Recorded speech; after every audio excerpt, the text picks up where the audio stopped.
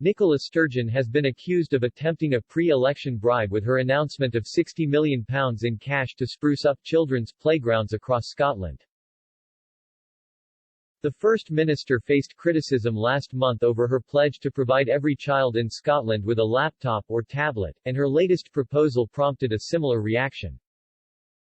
Mrs. Sturgeon this weekend set out a number of policies she said were intended to alleviate the pressure on Scottish families as a result of the pandemic, but political rivals were far from convinced.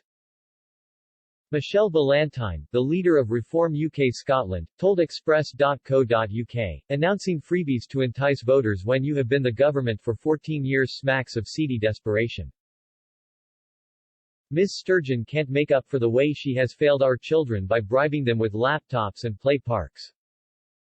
She added, Ms. Sturgeon has delivered declining standards of education, rising mental health problems, devastating drug and alcohol deaths and a divided Scotland that she intends if given power again to tear apart regardless of the impact on those who are most vulnerable.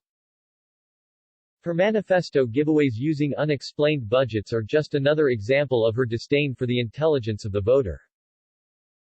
Meanwhile, Scottish Conservative leader Douglas Ross said, Nicola Sturgeon is shamelessly buying off voters to mask the SNP's abysmal 14-year record and to distract from her reckless obsession with staging an independence referendum when all our focus should be on recovery and rebuilding.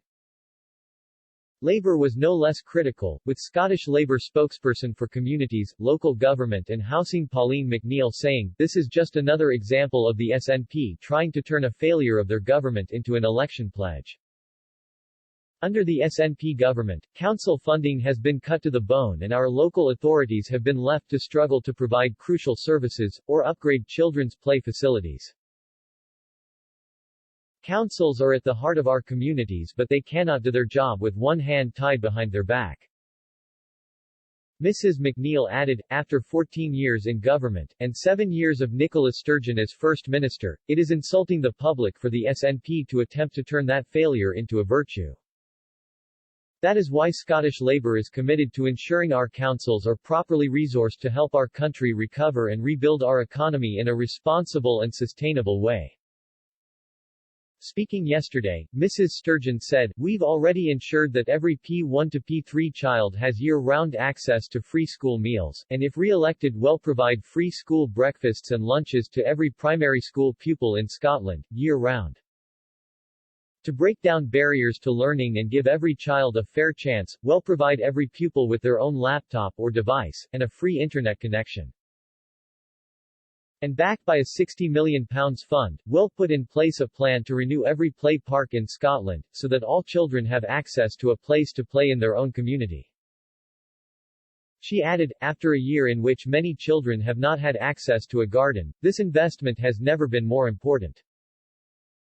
The last year has been incredibly tough for children and young people across Scotland, and by giving both votes to the SNP in this election, people will be electing an SNP government more determined than ever to make Scotland the best place in the world to grow up, and to put the tools for our recovery in Scotland's hands.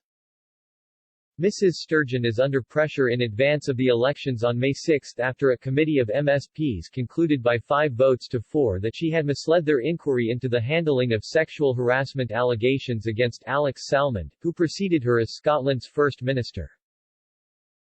Additionally, Mr. Salmond has launched the pro-independence Alba Party, resulting in the defection of 2 of the SNP's Westminster MPs.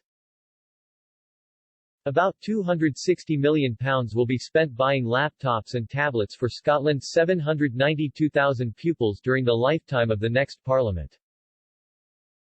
Scottish journalist Ian Martin, a Times columnist as well as the editor of the Reaction website, was among those who were skeptical at the timing. He tweeted, seems odd to have not done this at the height of the pandemic, when could have been most use and Scottish Gov was awash with Westminster support, rather than saving it up for an election bribe.